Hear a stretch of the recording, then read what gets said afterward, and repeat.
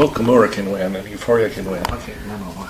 But he's actually a rookie, so he's gonna wait a little. I agree with everything you guys are saying. Absolutely. We are here from the alternate LuchaWorld studios in Hampton Court, Walnut Kills. I am Vandal, the love-handled Drummond with Alfredo Esparza, and we have a super special guest here. We have the man known as Dr. Lucha, Steve Sims. Where? He's hiding somewhere. He's looking for my cat. The man who won't appear on Slam and Stand.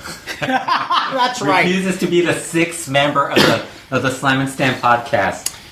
That's how he likes to describe it. We like to say he was banned from Slam and Stand. For talking baseball. For too many run-ins. That's what it is. Yeah. That's right. Too many unannounced run-ins. You guys at Slamming Stand have a beautiful podcast that has its own rhythm, has its own guests, has its own its own. I go back to the word rhythm again, but you've developed your own niche in the marketplace, and I already have an outlet to speak every 2 weeks to get things off my chest as it is anyway. So it's not a matter of you like Brian Alvarez better than us or anything like that. Well, that's true too, but ow. Even we like Brian Alvarez more than we do. We like ourselves. So. That's right. How can you not? How can you not like Brian Alvarez more than just about anybody else? Except maybe Dave Meltzer, if he's listening. Which I hope he isn't. He doesn't have to. That would be a shock. He has no time to listen to podcasts. Come on. Yep, the likelihood of that. I was curious. Does he have any other hobbies? He used to be like into bodybuilding, going to the beach. He follows politics regularly. Oh, really? Okay. Since he was a little kid, I think. Yes. I think that's about it for Dave Meltzer. We don't want to overexpose. Well, you know, has two kids. He's a parent. Yes, he's a parent. And anybody who's had kids can tell you that your life changes when you have kids. That's why I don't have kids, because children should not raise children. I agree with that wholeheartedly. Well, we're in a euphoric mood today, despite the fact that we have some very sad news. We just learned that CMLL legend Masakre has passed away due to complications of spinal cancer at the age of 57. All three of us are familiar with him. Well, we were just talking about MS-1, like what? Our last podcast? Yes. Yes, it was MS-1. The timing. Yeah. It is it's a sad story overall. Of course, us reaching middle age, one of the first reactions I bet each of us had, well, at least two of us had. Alfredo's just a kid, but damn it. But, he was 57 when he passed away, and we'd turn and look in the mirror and say, he's our generation. He's our generation. Yeah. He's our age. We have friends and relatives that age and stuff. That's too young. It's too young to pass away. But he had cancer of the spine, which I can't remember the last person I heard of dying from cancer of the spine or even having cancer of the spine. It's not a very common disease to have. You can always speculate, and all you can do is speculate is if 20 years worth of taking back bumps do anything to destroy the cells around your spine. But then again, there have been millions of wrestlers in the U.S. in the last 100 years, and none of them had cancer of the spine, so I really don't see how you can relate the two. And cancer is one of those things, whether it's common or rare, there's so many of it, it's not a very prejudiced disease. It happens, unfortunately. Yeah. So who knows if it was there's some cause and effect, or if it was just a spin of the wheel. That's one of the other chilling things as we get older. How long had he been in Charlotte? I had heard news of him being in the U.S. for medical care due to him having relatives who had crossed the border for about 4 years. Okay. But I hadn't asked any question about him in the interim, so I didn't know that he was on the verge of dying, and I guess that's not the sort of thing that would go around, but I'll ask you two if you remember him in his feud when he was part of the Untouchables, Los Intocables, feuding with MASA-1, his close friend and frequent feud partner, and Satanico Pirata Morgan is Los Infernales. I remember it very well. In fact, that's one of the first matches I came across on YouTube last night. You know, whenever I hear of a passing of somebody like this, YouTube's the first place I go to try to, you know, pull up a little nostalgia. And I saw that short stretch where he was actually a Technico teaming with Pierrot Jr. and Hakemate. Hakemate. Yeah, that's a name we haven't heard in years. One of He's the a guy who really looked horrible his last couple of years. Oh, true. That But was really awful. had one of the coolest masks, Yeah. but it didn't quite match what he did in the ring. Are you saying he didn't checkmate his opponents? He checkmated his career, I do believe. Okay. You know, and the same thing is funny. When M.A.S.A. Uno died, he's a guy I hadn't really thought of that much in recent times, but when I went back and looked at his work, I said, damn, these guys were great. And the feud they had with each other and other folks like the Brassos, that was just golden. It was, but it was different too, wasn't it, Fredo? Yeah, it was very different. That's it. I have no more to talk about. No, just kidding. Okay. I know what I wanted to ask you. What I wanted to ask you about Masakre wasn't his last thing he did in Lucha with Ocesa? Did he have something to do with that? Because I kind of remember. I thought he even did stuff with AAA very late in the career after the Ocesa stuff. Yeah, the Ocesa stuff was when they had the big show. He was the booker, right? He was the guy in charge. He was the booker, and they tried to do a big show at Palacio de los Deportes and drew drew 5 people for seeing Fishman lose his mask. The first 2 shows of Ocesa's were really good. Yes. And then the last 2 were like horrible. They were, but people didn't view them as anything but nostalgia shows, and as we can always see with nostalgia shows, the interest level will decline the more often that you run them. Yeah. Exactly. And that's how they were treated by the audience at the time, even though we Lucha aficionados got into it a great deal. The regular average fan was onto what they could see on TV as the current modern stuff, the Vipers. And back then, you know, Shocker and Ultimo Guerrero were just starting their feud and stuff like that. And there was a new wave of wrestlers to be interested in. Vipers, Vatos, Locos was the... Los Vatos Locos. Yeah, that was the big feud in AAA. Before Konan started watching AAA. He missed all the bad stuff. He missed all the bad stuff. Just kidding. No, I mean, Cibernetico. That Cibernetico made his money that way. Yeah. Surprised Pena kept drawing with those shows, but, you know, they were actually But Pena was an actual promoter. And we'll probably get into that at some point in this discussion about promoting wrestling and stuff like that. I mean, somebody tried to run a show last night in L.A., and moved it from an outdoor arena to an indoor arena that seats 300 maybe. Stuff like that. So you're moving it from a venue that has 6,000 seats to a venue that has 300 seats. But they probably drew the same amount of people. Well, that could be, because promoting these days is a very, very promoting independent wrestling these days is a very, even AAA and CMLL, when they don't run their TV tapings and send their wrestlers to spot shows, those are being promoted by independent. Well, you know, we were referring to the promoters. Pico Rivera show last night. I think one of the problems is, you know, you're promoting a show, but nobody knows it exists because... Well, you did say it was on LA Times. It was on the cover of LA Times. Well, okay, here's the thing. They did a story about... R.J. Brewer? R.J. Brewer, yes, and his feud with Blue Demon and his anti-immigration gimmick. You know, I don't remember the article that clearly, but... They didn't mention the show. Geez. I mean, I think they mentioned that there was something going on in the area, but there was no mention of where it was, who was, you know...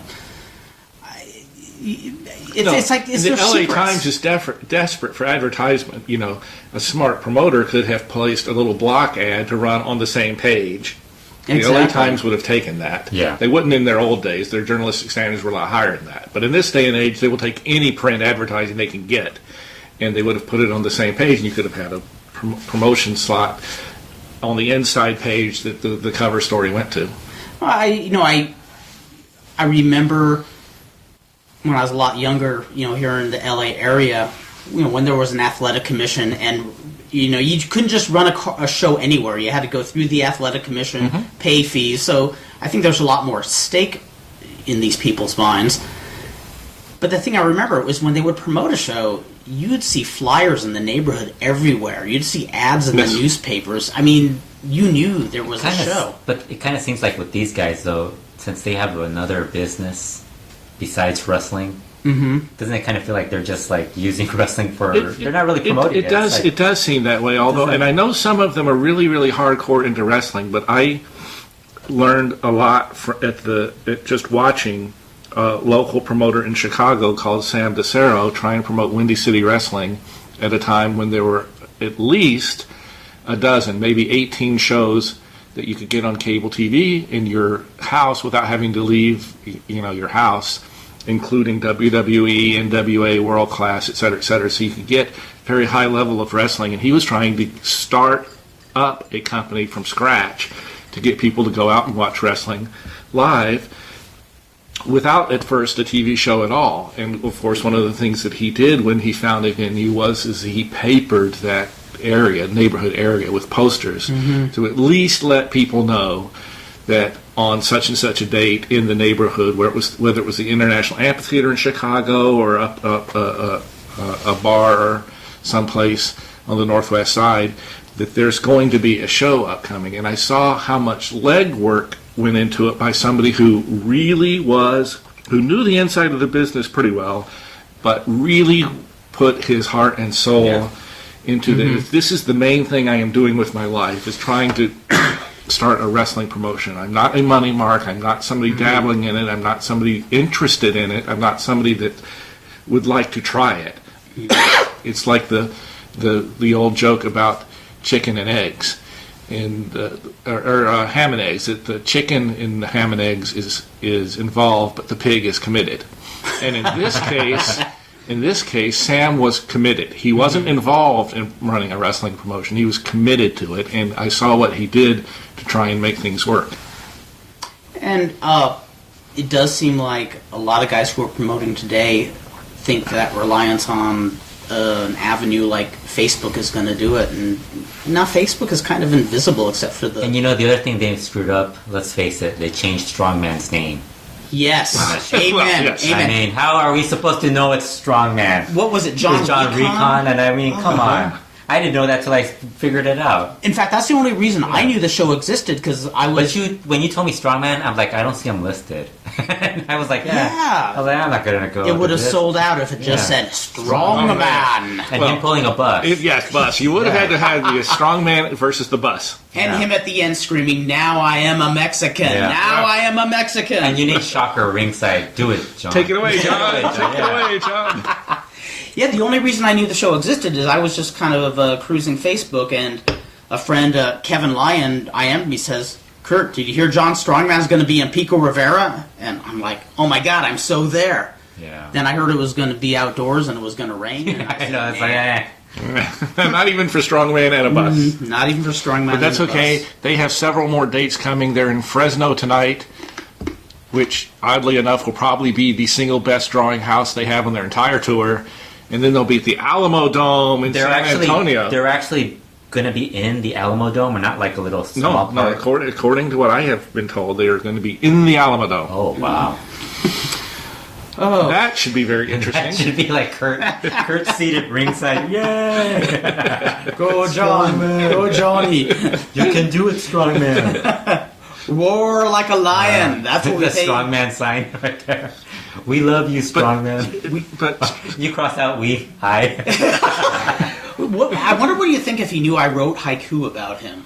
I should ask him. Yes, He's not on Twitter. I'd be curious but I to don't know. think he probably wouldn't pay attention. It would be better if you just went up and challenged him in the ring. I think so. You should tell him. You should read a haiku to him. Ringside. Yeah, that would be cool. See what his reaction would be. You have to be very careful, though, if he tries to dive on you outside the ring, because he can actually dive a lot further than he thinks he can. So you'll be here, and you have to put your hands up to try and catch him.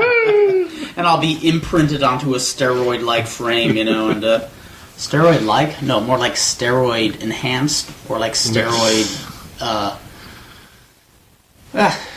Enough of this. Let's talk about Phil. Euphoria. Euphoria. We are euphoric. We are euphoric. Finally, a rookie that we can root for. Who's Yes. actually closer to our age. The Gran Alternativa is done for another year, and once again, just like the last 3 or 4 years, it didn't draw very well. Do you know if they're doing for Hondo Unido? I haven't heard. No. I have not heard I yet. like that. I want them to do That's that. a long tournament to run, though. I know, but I like it. And they have too many hands. And when they did it last year, Ultimo Guerrero had just assumed control of the book at CMLL. He was the head of the committee. Plus, where they're going to get rookies too. So Well, I don't know. yeah, You know. it's hard to keep up with that.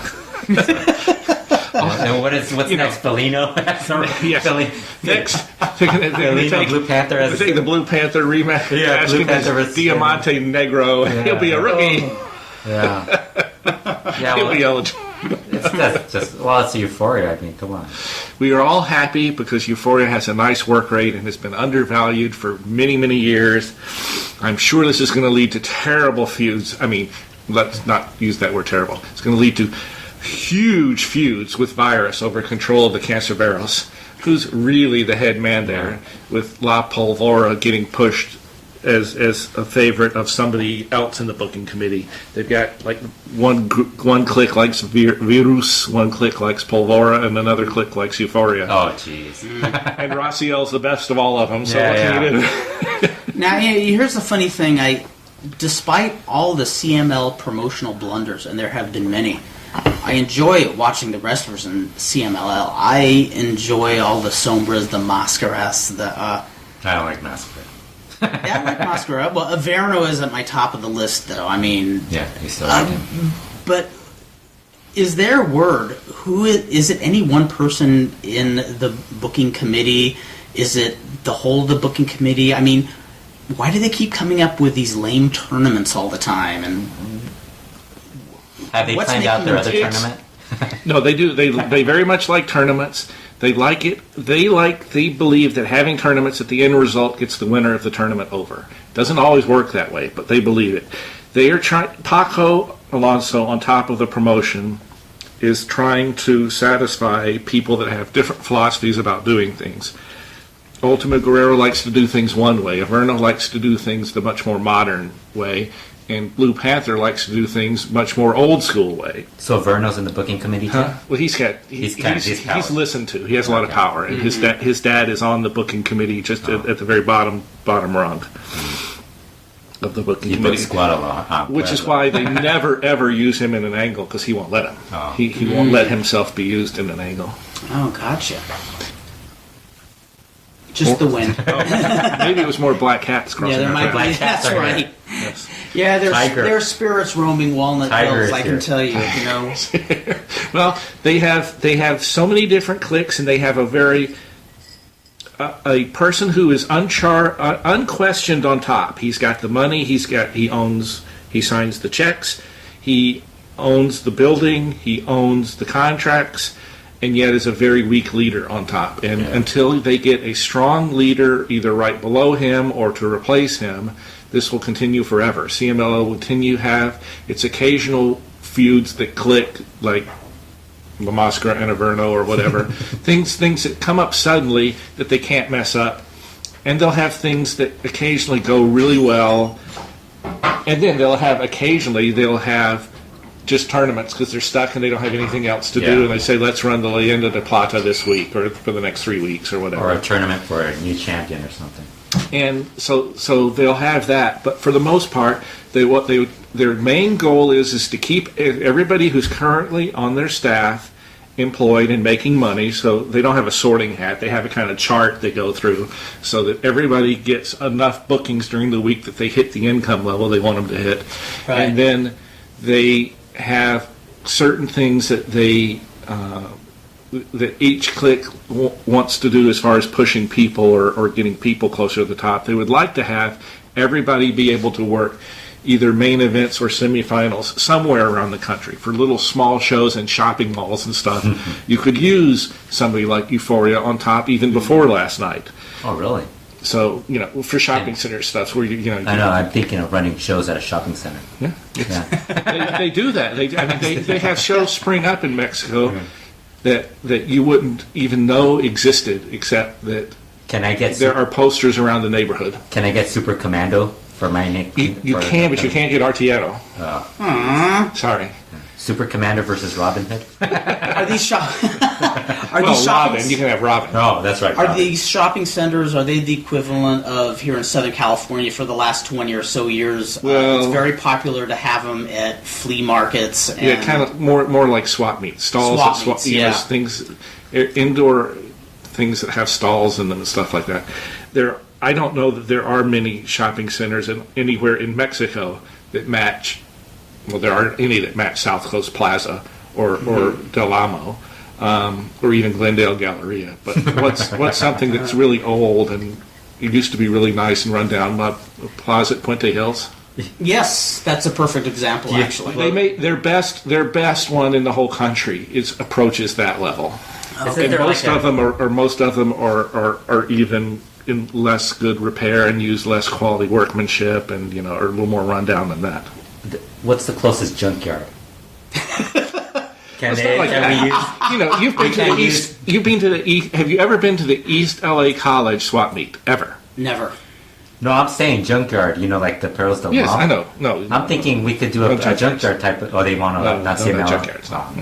Oh, okay. Okay. Those are worth a shot. East LA College swap meet would be just ideal. Or swap meets? Or the San Diego swap meet, the Kobe swap meet that they have at the San Diego Legion Sports Halls? Arena. They don't have the same sort of things there because Mexico hasn't been in any wars. Yeah. They don't have any legionnaires. No, Only can I the get US. Can I get them booked in Legion Halls? Oh, well, Here in California. California?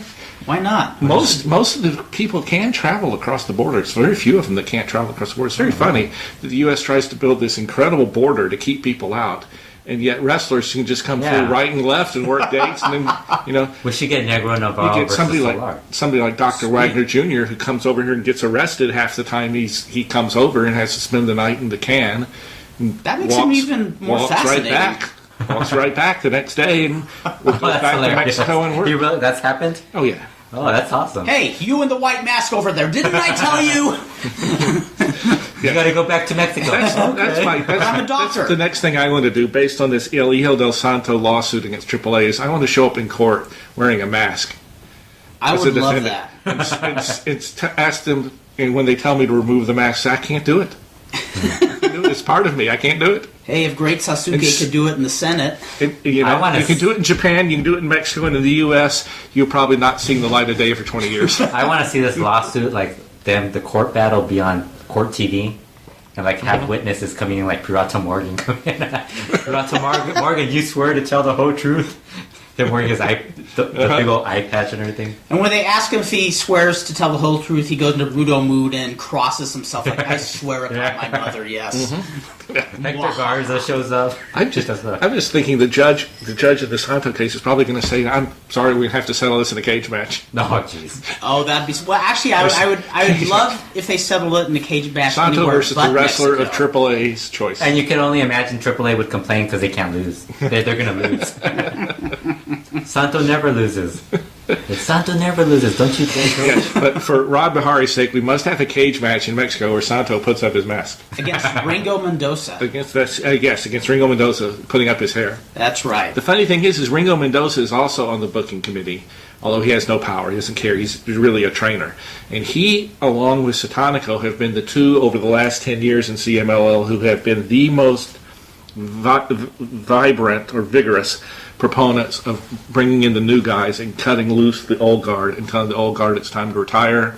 Makes sense. Move, get out of there, create new stars, even if you have to sink or swim it, kind of like what Paco tried to do when Mystico left. He said, we're going to do what these guys, all those guys, and then all of a sudden we're going to make our own stars and we're just going to sink or swim on it. Then they kind of switched to the tournament. And they ended up with Rush as the guy that was the breakout star. I was going to ask, do we know whose idea the tournaments are? I would love to know whose idea it is because I just... Well, it's just endemic to the organization. CMLL, if you ever talk to Chad, American Gigolo, or Dorothy Lee or Mike or anybody from the U.S. who's been down there, they will tell you song and dance about how CMLL is the most hidebound, stuck in this old way of doing things, traditional, will not listen to new ideas organization on the planet, and they're probably right. There probably isn't another one in the whole planet that just refuses to comply with modern theories of running businesses and won't look at will use the phrase, we're doing it this way because it worked in the past, as their leading mantra for making all their decisions. Well, but here's the thing. Tournaments in Lucha Libre have always been kind of mediocre with a few exceptions. But it seems like they've gone into full gear with them. It seems like they have them all the time, where they had them in the past, but not at the rate tournaments they do now. allow, when you have different people that want to push different people, they allow people to get important wins during the course of them and keep your cliques satisfied. So over the course of time, if you have clique A, clique B, and clique C, and for whatever reason over the last 30 years, it's always been 3 cliques. It's never 2, never 4, never 5. It's always 3 cliques, excuse me. Gesundheit.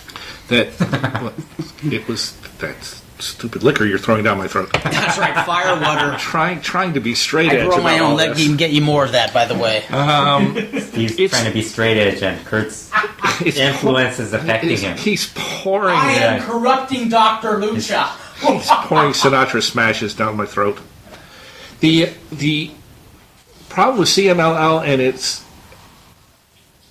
tournaments, to me, I'll get to in a second. But the reason they keep doing them so much is it allows a weak leader to keep 3 of his cliques happy at the same time. So he might have a tournament where the favorite clique A wins this time, but clique B and clique C get an important win during the interim. So you might get something where the world champion might be Hector Garza, and he loses in 44 seconds in the first round of the tournament to Ray Bucanero. But that's because Ray Bucanero is part of clique C. Hector Garza is favored by clique A. Clique A got him as champion. Clique C hasn't had an important win in a while. Who did Tanahashi lose to in that tournament last year? I forget. Was it Ultimo Guerrero or something? I forget. We look it up. Yeah, I can look it up later. But it is funny that I like Rush as much as I do, because he's the only one that is actually getting. Nobody's pushing him. Nobody particularly likes him, but everybody realizes that he's 5 years from now is going to be the star of the promotion, and so they're protecting him in a sort of way. I mean, he still does jobs and stuff, but you can tell by the way they're booking at him that he's the star right around the corner on that. Now, back to tournaments. The reason I don't like tournaments, as I said on Brian's show a couple of times, when you have a tournament, and especially the Universal tournament, where they have the 16 champions go in together, and they have a champion of champions. What that means is you have your 15 of your 16 champions do clean jobs in a 2-week period. And I hate that. I hate that with a passion. I think that is the worst booking you could possibly do. It absolutely kills your championships, and it doesn't help any of the wrestlers, too. It doesn't help the one that you get put over as the champion of champions as much as it takes away from the guys that do 44-second jobs in the first round. Yes. In getting the tournament. And that's the part I don't understand in the rationalization of, okay, we're going to have a tournament to give important wins to somebody. Why do you need a tournament to do that? Why can't a guy get pinned just in a match that's being held just for the sake of having a match? I agree with that a little bit. I agree with that a little bit. I would say, why do you do it so often?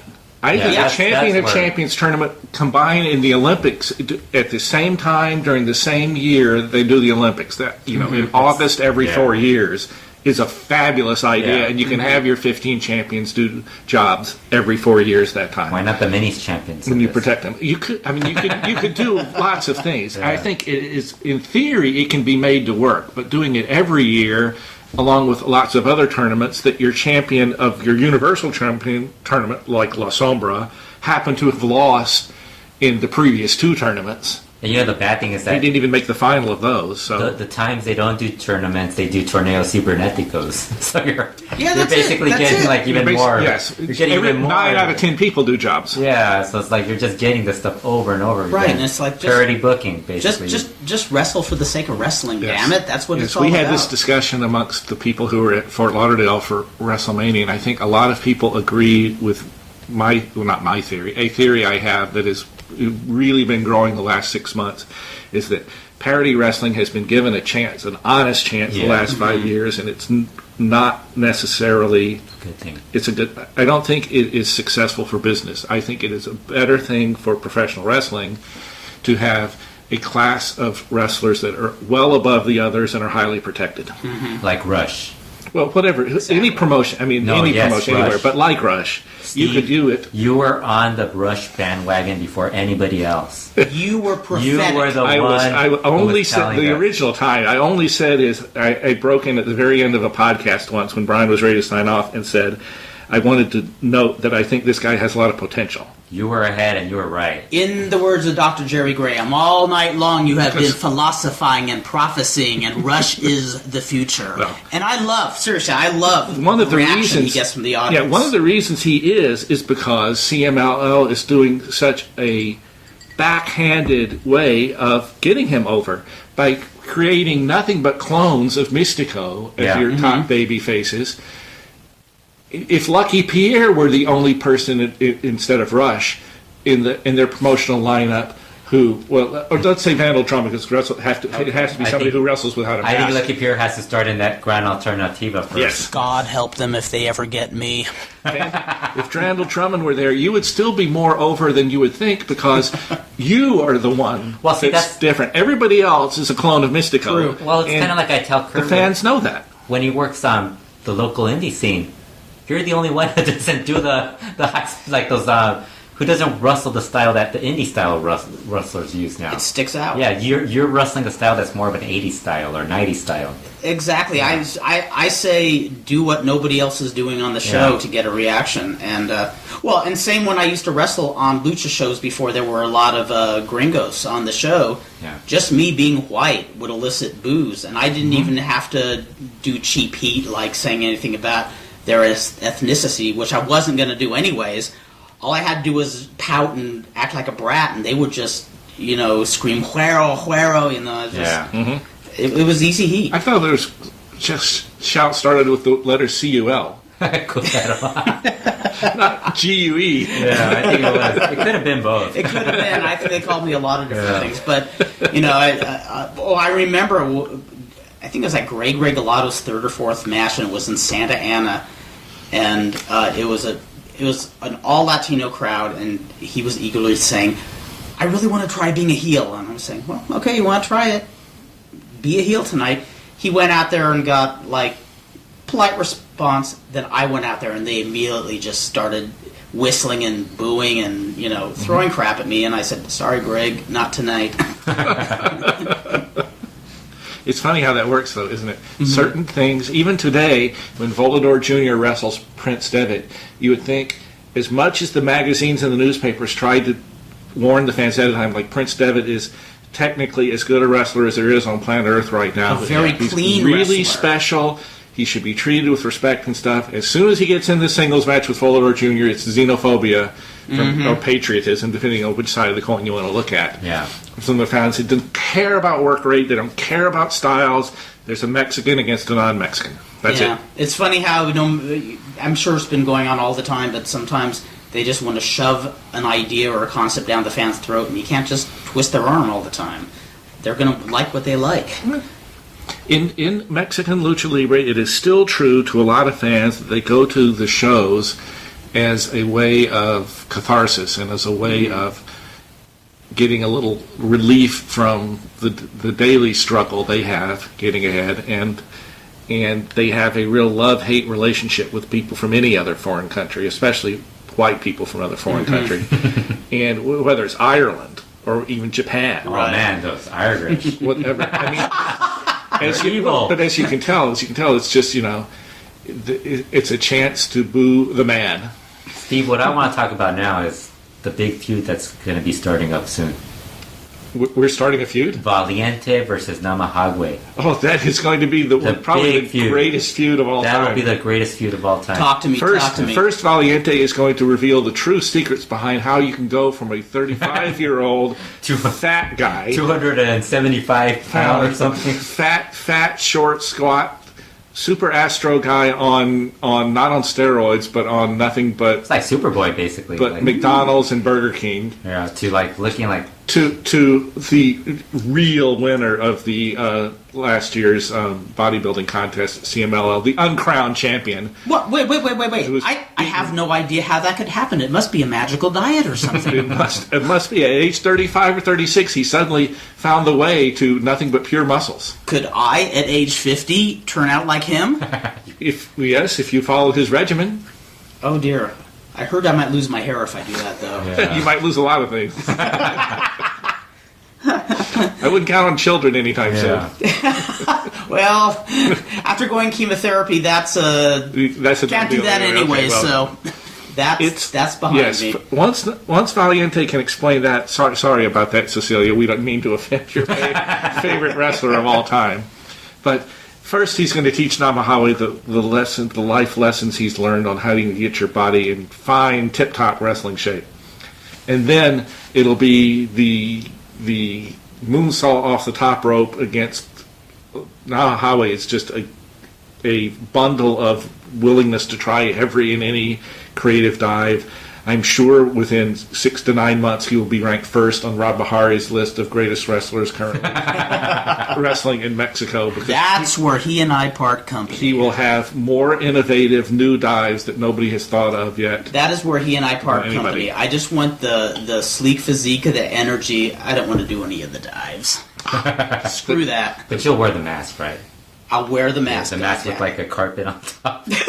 But still, Lucky Pierre card. Let's just assume you ran a match. Let's assume you ran a card in, say, Simi Valley these days. And let's assume you had 6 or 7 American matches on there, and then you suddenly threw a Lucha Libre match out with dives. How well do you think it would get over?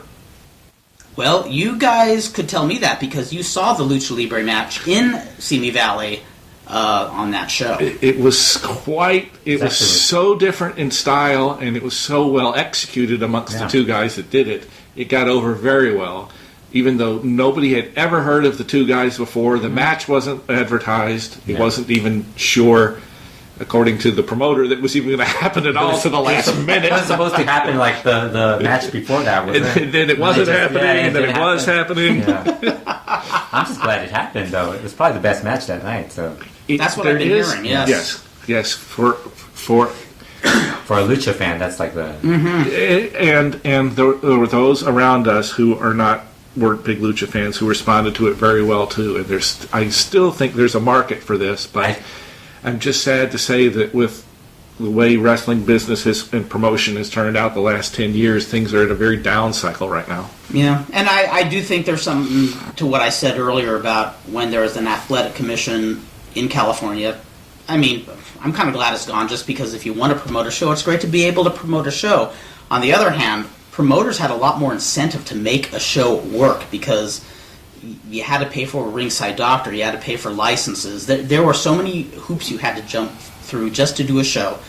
So when they promoted a show, it was rare that they wouldn't bust their ass to put butts in the seats, you know? Not that certain promoters aren't trying to put no, some are trying. people in the seat. Some are trying. It's hard. It's a gamble now. Yeah, and like I said, it's a secret. Shows are a secret. You have to look for them.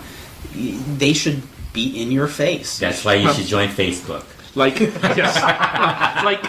Like any modern business, if you're starting up a business, you have to figure out, the first thing you really have to figure out is, can a profit be made from it? Because if you're going to end up in the end losing money, no matter how much you love your business, you've got to go ahead and write off that money and say, I'm going to lose $50,000 this year. I'm just going to throw it away on running a wrestling promotion.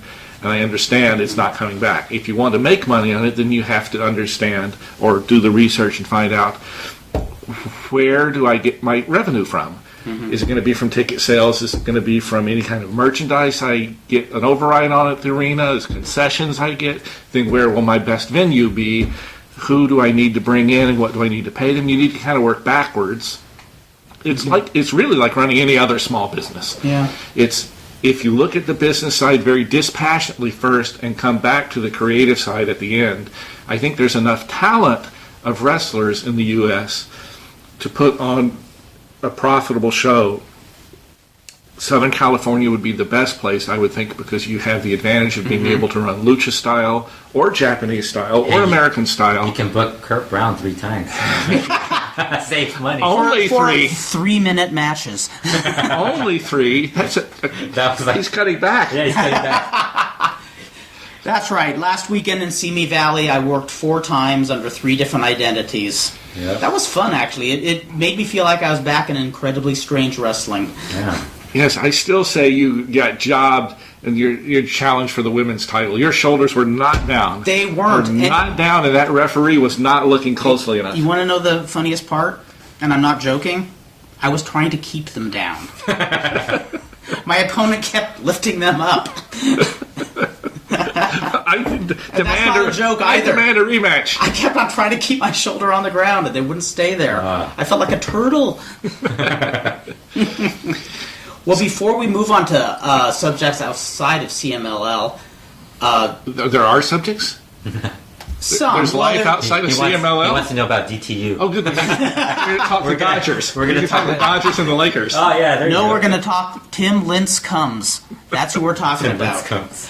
Well, first off, one of 2 things. One of the things I love about Rush is I love how spontaneous he is. I love how occasionally he'll be right in the middle of a high spot, and if he hears some jeers, he stops dead and just looks over at the fans, and then He's a great continues. heel. He is a great heel. Yes. Now, the second thing before we depart CMLL, is it still the way it has been for many years, where they could essentially run like this forever, with the combination of the fact that they own a lot of the arenas and they have such a low pay scale? Can they still drift like this? Yes, they for could. Eternity? They could. Well, I don't know about eternity, because eventually, if you don't pay talent enough, you won't have enough good talent to come. And as if MMA and boxing with Canelo Alvarez and J.C. Chavez Jr., if it makes a comeback in Mexico and MMA ever catches on, and young kids growing up do as they do now in the U.S., they look at these things and say, well, I'd rather train in MMA than train to be a pro wrestler or whatever, and your talent pool starts to dry up. Then you're dealing with, kind of like an All Japan women's phenomenon, where eventually the talent, what kills you, you have all the money, you have all the business acumen and stuff, but you just don't have the wrestlers that you can make stars out of. If CMLL does die, I think that's what it will die of one day. It's just the fact of continually doing the same thing over and over again, and the talent pool eventually dries up to nothing. What do you personally think are the odds that boxing will resurge and MMA will blossom in Mexico? In what time frame? In, Like say, forever?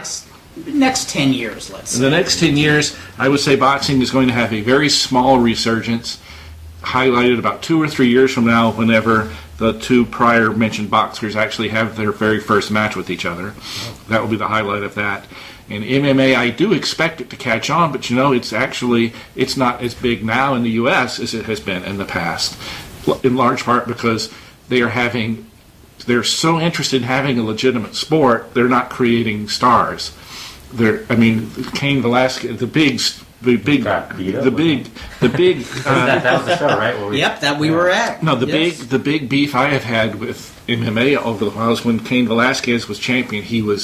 You couldn't find him. They did they didn't do it. I mean, they tried. He wouldn't do it.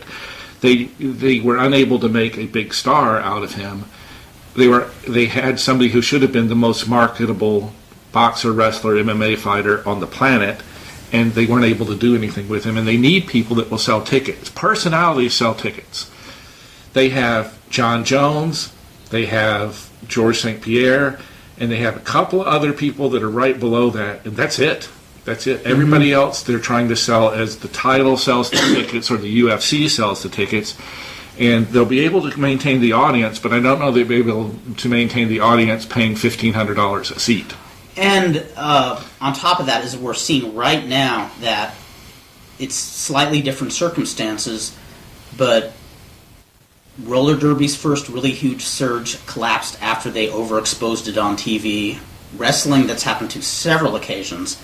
In roller derby's case, if I remember right, it was just one promotion that was the TV network just wanted to throw it on night after night, and it burned people out. But now you have tons of smaller organizations, Bellator and stuff, putting it on TV right and left. Plus, UFC is promoting so many shows, so many pay-per-views that Yeah, Yep, I'm yep, not. hardcore. I'm not sure. Somebody more expert, somebody like Oliver or Todd or Benji or somebody else that I'll see next weekend in Atlanta will have to tell me why that things are down. But things are definitely down. There's no doubt about it. Things are down. It may be no more than the fact that the promotion can't actually promote the fights it wants because the actual sport itself and training for it requires such a level of physical activity. People get too hurt in training and they have to constantly change matches and change matches on top.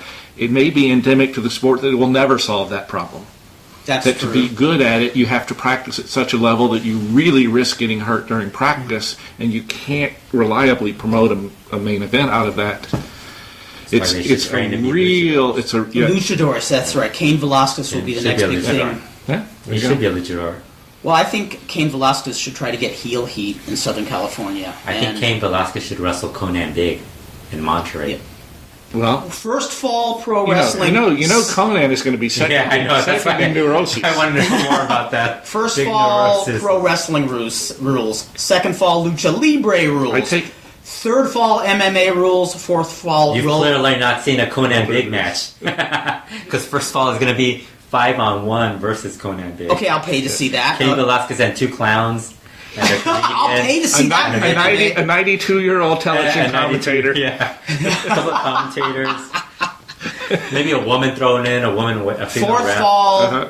roller derby rules. Yeah. They have to fight on roller skate. They have to pass I each think they other would over. probably do that. I'd love to see Conan Big on roller skates. Have you seen Konan Big? I think you have, right? Yes, I have. He's Yes, an I ugly have. guy But right he there. has not seen me. Thank God. Thank God. You know, AAA tried to use him last year in Monterey, and Yes. even get him involved in the post-match brawl with the Angles, and he was out of his league in that. Yeah, he's basically a Monterey type of.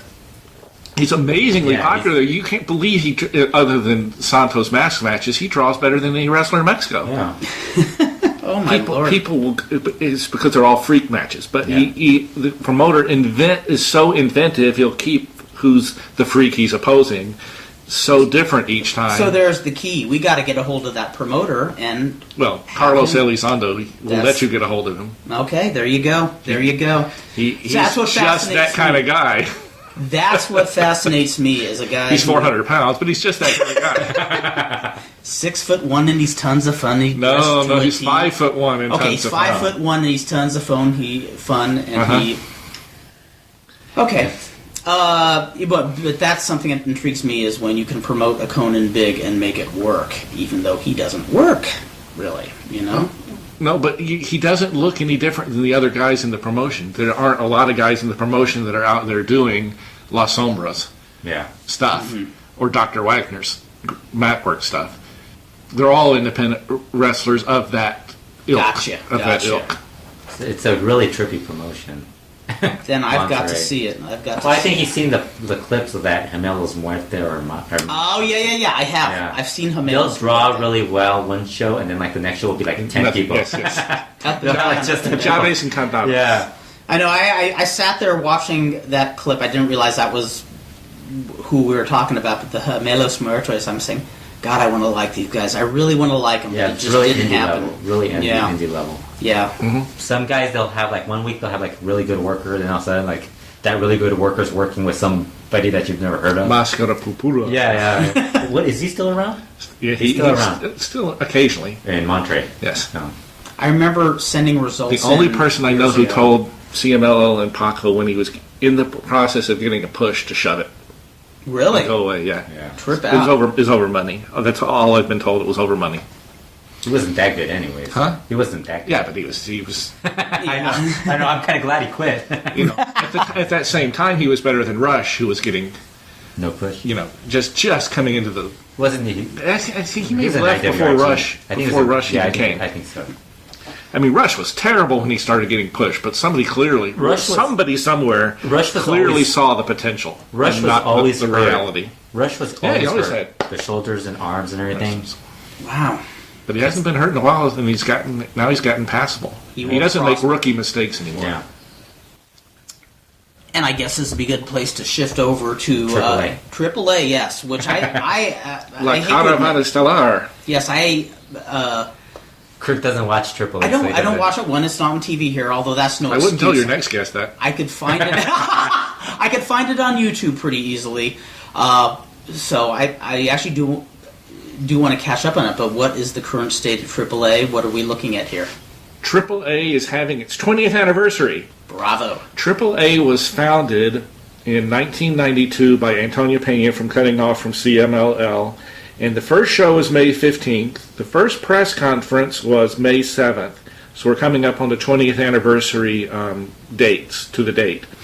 And around April, I have to go back to the Friday that's closest to about April the 20th, was the day that Pena walked in and said, and Konan walked in and said, "Don't book us anymore. We're resigning from the promotion." They didn't tell him any more because the day that the press conference actually happened, when Paco Alonso came into work on May the 7th, 1992, around noontime, and the press conference had already started, somebody came in to tell him the news that, Pena is starting up a new promotion to run against you, and he was like, he had no idea. Wow. He had no idea. And somebody said, the next thing they said is, he's got with him Santos and Caras and Konan and stuff, and Paco, being Paco, says, "That's funny, I have Conan's work papers right here." Oh. And he would proceed to screw with Konan royally for the next 60 days. Jeez. Because Konan had forgotten to secure, on his release, had forgotten, or just it never crossed his mind, Right. to get his work papers back.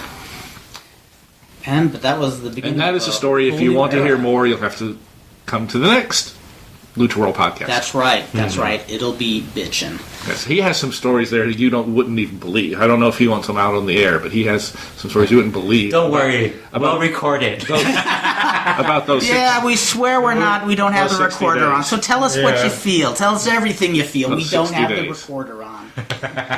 AAA, theoretically, what they should be doing with this year, and what they intend to do, I think, is take the middle section of the year and make it a 20th anniversary celebration. It's just a round number. You could say, well, 25 is bigger than 20, or 10 is bigger than 20, or whatever. But this will be the 20th Triple Mania coming up this year, and that is what they are setting their sights on. They want to make it a really big show. However, I don't think they think their matches are all that hot at the moment, and they've really got to work on something and heat it up.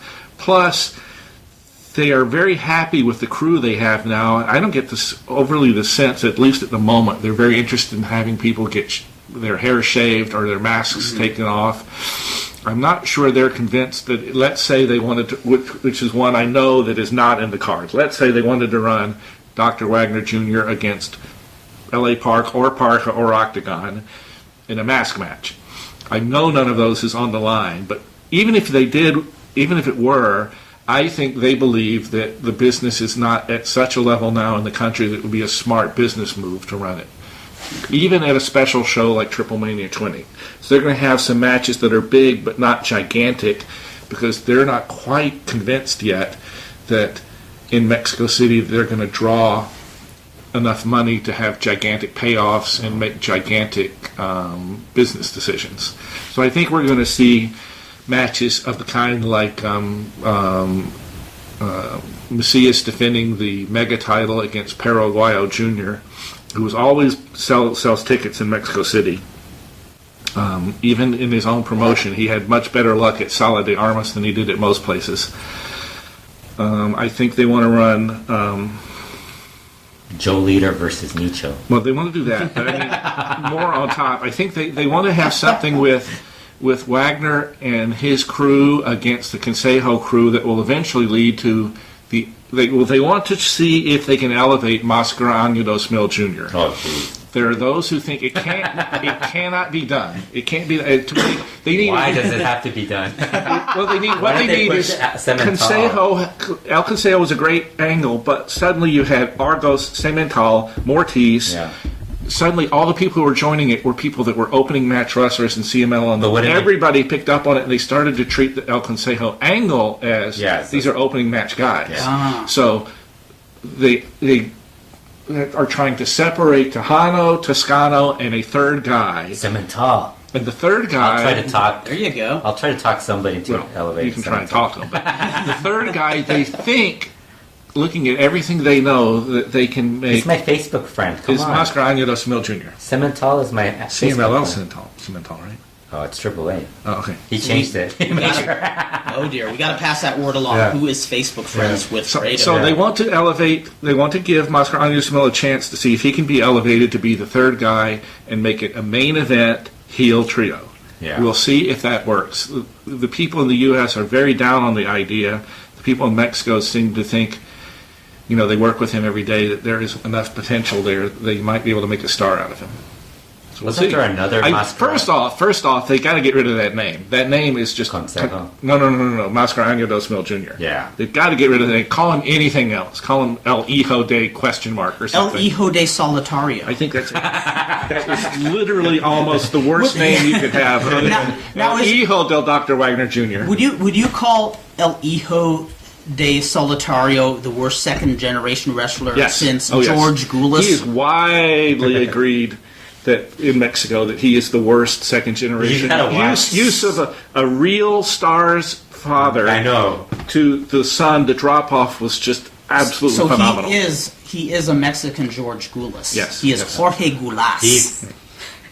He's worse than that. You gotta watch. You gotta watch his match with Hijo Santo, where it's just him, Hijo Santo, him just standing around. Hijo Santo hits a tope on him. I actually did see that. He just keeps going. I remember seeing him. I remember seeing him on and off on TV. I think it was a good 20 years ago, and just thinking this guy reeks. And then I'd see him a few years later and said, "This guy still reeks." It's just, And it tells you how bad he is that Santo can live off his father's reputation. And El Hijo Santo is actually an excellent worker who knows what he's doing in the ring perfectly. His timing is just perfect. I mean, he's not the world's greatest athlete. I mean, he's kind of mechanical with his movements, but he is an excellent worker, knows exactly what he's doing. Blue Demon Jr. is a decent worker who at least cannot embarrass. No. He can at least not embarrass his name. But compared to Solitario, somebody's Facebook friends with Blue Demon Jr. Blue Demon Jr. is Ric Flair compared to Solitario. I'll agree with that. Okay, well let's say Hijo de Santo is Ric Flair. Solitario is George Goulas. So can we call Blue Demon Jr. Tully Blanchard? Oh, no, it's not that good. He's not that. He's more like Lex Luger. Without the muscles. Who is Lex Luger? That's actually... Could be carried with the right person to a really good match. I mean, I saw Lex Luger against Ricky Steamboat in a match. Dudes. You would not believe. But who is Lex Luger's father, man? I don't know. You have to ask Superman. Oh, dear. Okay. Superman. Now, it's been a while since I've seen AAA, but the one thing... The last time I was watching AAA, all I could think of is... how totally bitchin' is Jack Evans. That guy is like the most bitchin' wrestler they have. He is. He's more over as a singles wrestler now than he used to be. He used to be really considered a tag wrestler. Mm-hmm. And to a large extent, that's what he was. Isn't he a tag champ, though? Well, that's beside me. But no, that's what I always thought. When he was especially when he was with Teddy Hart, I just kept on thinking, oh, this poor guy's just going to always be a tag wrestler. Teddy Hart is back. What? Don't forget, Teddy Hart is back. He's back and he's after Jack Evans. Yeah. Okay. You didn't know that, huh? No, you haven't watched AAA in a while. I haven't. Teddy Hart's back. No, but Jack Evans was having a great feud with Perro Aguayo Jr. And you can classify that one under the old motto that styles make fights, and it's true in wrestling and MMA and stuff, that those two really play off each other's strengths and weaknesses very well. Really do. And they created a very interesting conundrum. They're not running the match. They were setting up for a hair match, and they're not running at Triple Mania, which I think they probably should. But they're not running it in large part for two reasons. One is they feel that, which is true, the fans will know the outcome. Anybody who's got a brain knows clearly what's going to happen. Jack Evans is going to win. And secondly, at Triple Mania, they feel they're probably going to go into an arena that needs to sell 22,000 tickets, and his name at the top just isn't going to sell the tickets. Yes. Not yet. Are they going to book the Alamo Dome? No, what they're looking at is that new arena, Ciudad de Mexico, that is now open and has no dates. And so they're able to really play it against Palacio de los Portes and drive the price down. Yeah, that's good. So they're looking at it. By the time you talk to Konan, he'll know which one they're going to, or whether they're going to Orientaba or wherever else they're going to. But they're in a unique situation right now because Plaza Mexico is getting rid of bullfighting, which is just ridiculous. Oh, jeez. How can they do that? It's just if you know anything about bullfighting and getting your Novato, getting your promotion to mastery can only be done at like 3 bull rings in the world. And Plaza Mexico is one of them. Yeah. And the other 2 are in Spain. This is throwing the bullfighting world into just an uproar. Why is it stopping? I don't know. Oh. Interesting. Maybe we should start a bullfighting blog. But I mean, they've got that was the side of Triple Mania 1. So there are certain reasons why having a major card there this year would make sense. That would be great. Well, Teddy Hart, I think, would be into wrestlers fighting bulls. Yeah. Yes. He would take on the bull. Yeah, that would be We awesome. should interview Of Teddy course, Hart. Konan could fight a career versus career match. Now, if Teddy Hart is going to utilize a cat in one of his AAA feuds, will it be one of the cats that belong to Stu, or rather one of the Neither. offsprings? He's going to take Gato Everready. Gato Everready will be back. That's what I have been waiting to hear. No. Drago? He'll be taking Drago. Please! Gato Everready was the hottest thing they had. Isn't Drago like what you use to clean out your pipes? Your pipes in the sink. You pour the stuff down your sink. In America, they call it Drago. Drago. But anyway, I digress. I've tried to tell people from Mexico that word bimbo on the side of your bakery truck doesn't mean anything. And they don't get it. Yeah. I didn't even realize that guy was so filthy rich. The guy who owns Bimbo. Really? Yeah. It's like one of the richest men in the world. Oh my lord. Can you spare $1 million for us? Yeah, so we could run. Well, that's the trouble with Mexico's economy, though, is they have like 10 of the 500 richest people in the world. They have 400 of the 500 poorest people in the world. Everything's widely split. Wow, man. Well, in fact, that's one of the reasons I was... But yeah, so AAA is coming up with Triple Mania, and everything they're doing right now is to focus on Triple Mania, but it looks like they're having a show with a lot of... They're not going to have the great big knockoff match I wanted. I had wanted them to have Wagner versus either Park or Parka in a mask match to make this like the show of all time, and then Macias versus Cibernetico in a hair match for the semifinal. And neither one is... I don't think Cibernetico. Either one's happening. Well, actually, that's a shame, though, if I were booking, Cibernetico would lose. Yeah. Would lose at Triple Mania. I wouldn't. If I was booking, he would always win. But Cibernetico would be the greatest wrestler. There'd be no such thing There would be no losing for Cibernetico. He would be the Hijo del Santo. My advice to Cibernetico would be no job. But you know, Santo is the most old school booker and promoter I know, because he does everything by Booking 101 book, the classic 80s book. Everything is he does the jobs to build up. He's always got 2 or 3 people beating him, never won, and then he always gets to the final match where he's risking his match, and it goes exactly by the book. And there's never any variation, and people eat it up. And I remember Jeff Walton telling me that when he first started working in Jules Strongbow's office in the mid-1960s, they're talking over some major angle, and Jules Strongbow just proposed just a slightly tweaked version of an angle they did 3 years earlier. And somebody said, well, we just did that. And he said, old works. And I know you have to modernize the business to some extent, but I think there are some formulas that, even though you think they should die out, they're going to keep working. No, You should probably check it. we think that. I don't want to say it loud, but... We think that, but they certainly don't always think that way in modern age. In the modern age, there's the assumption that especially if you're on TV, that you got to have a certain amount of TV ratings to keep on the network, or the network will use something else. You've got to keep your sponsors happy, and to do that, you've got to have stuff that has TV peaks, not necessarily peaks for long-term viewership that will grow your ratings from 3.0 to 3.1 to 3.2, but quick bouncing, interesting TV things, or somebody's going to flip the channel. Yeah. And especially as, at the top of the hour and the bottom of the hour, you've always got to have something going on, never commercials. Have your big angles at the top and the bottom of the hour, all that sort of thing. It's true in U.S., true in Mexico, but it's much more there. Booking has become so much different, and more changes have been because of television than for anything else. Now, being the historian, one of the premier historians of Lucha Libre.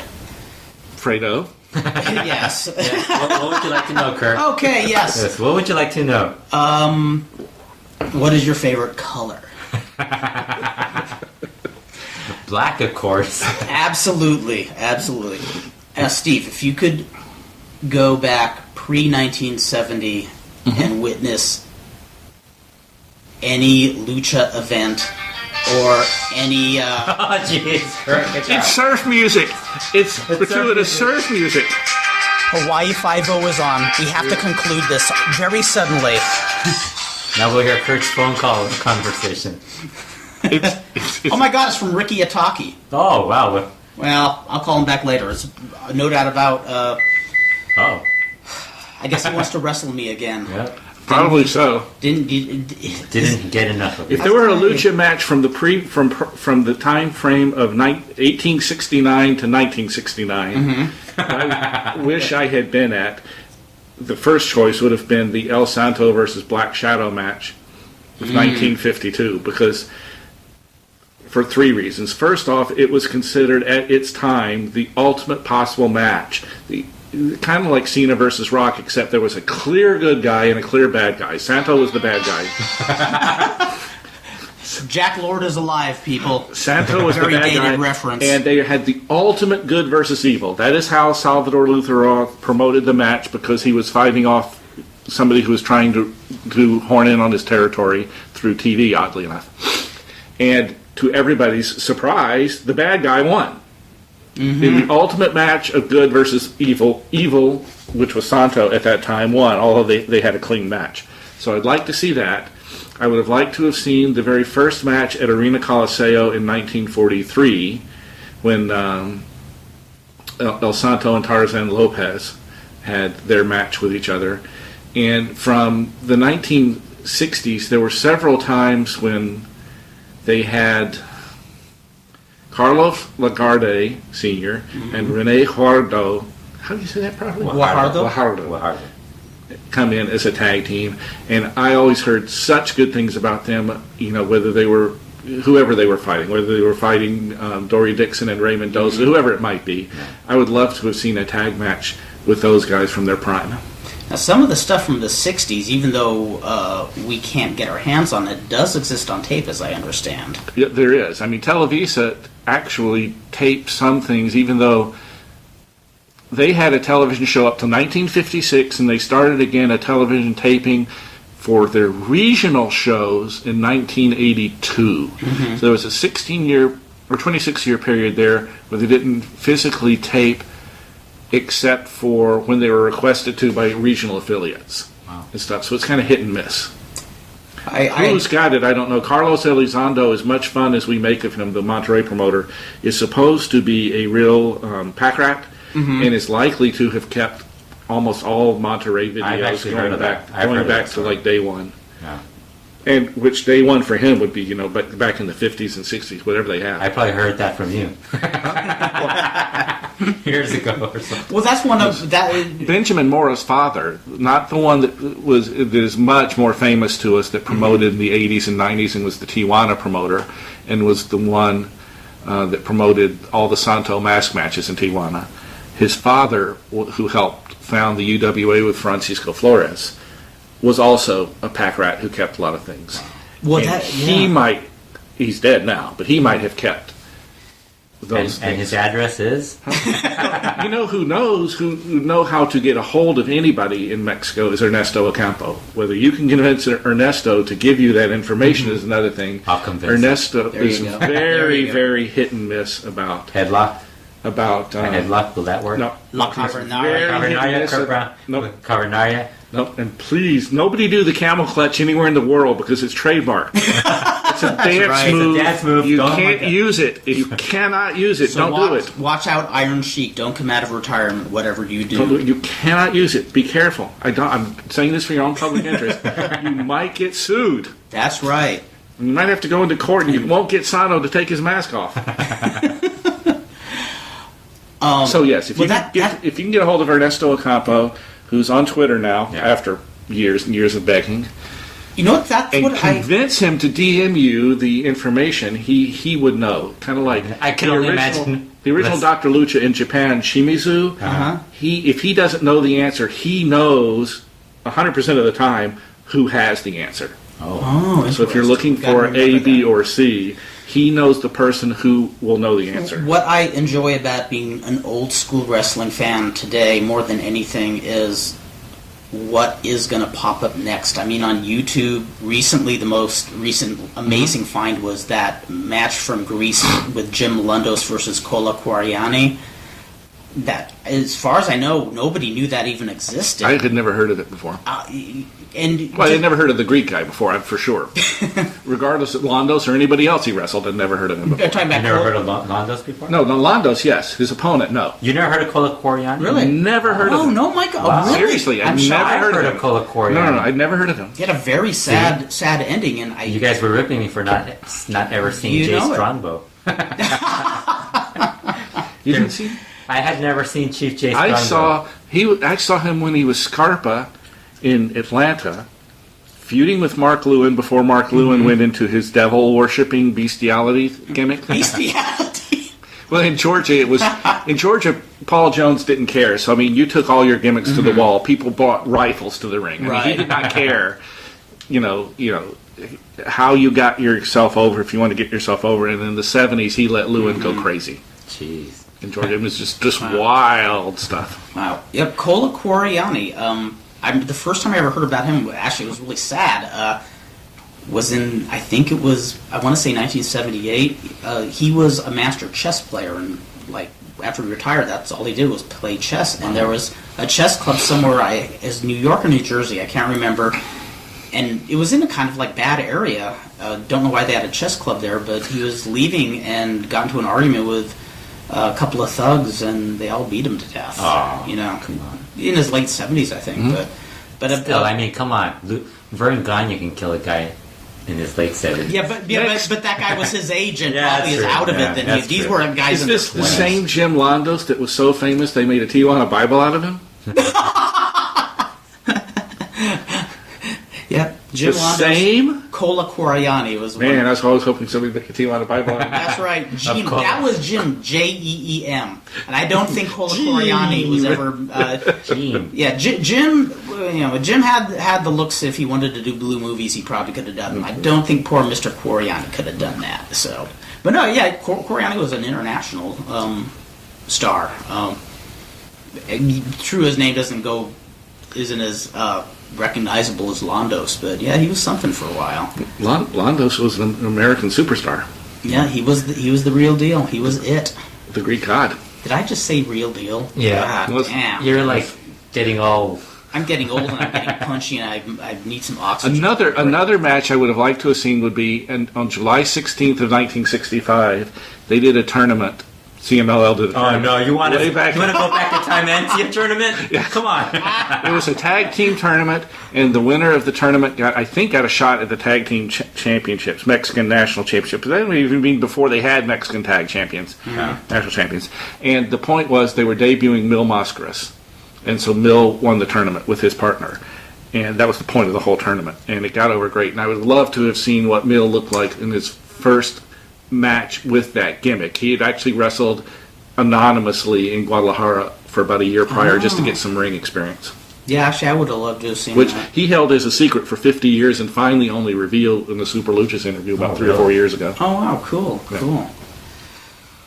Well, I think we covered a lot of ground here. Yeah, we'll save the rest. That was good for the first half. Yeah, That's right. We'll save the We'll get cooking. IWRG talk till the second. That's right. Man, I can't never have IWG. He never gets to talk about So IWRG. you folks are going Los Tramos. That's going to whet your folks' appetite listening to this. You're going to have to wait to hear about IWRG, you poor souls. And DDD. That's right. Yes. And don't forget Ice Ribbon. Ice Ribbon, don't say that anymore. Ice Ribbon. We are going to have a special Ice Ribbon version of an Ice Ribbon edition of LuchaWorld very People think soon. I'm watching it now. Well, I intend to watch it. I have the DVDs. That's almost worse than watching it, is possessing the DVDs. So, I got them out from Alfredo. So, thanks, Steve. I want to really appreciate having you on, and it's always great to talk to the DR Luch of Lucha. I enjoyed it. Look forward to doing it again someday. Okay, very cool. Tuesday. We're there. We're holding him hostage, ladies and gentlemen. Until next time.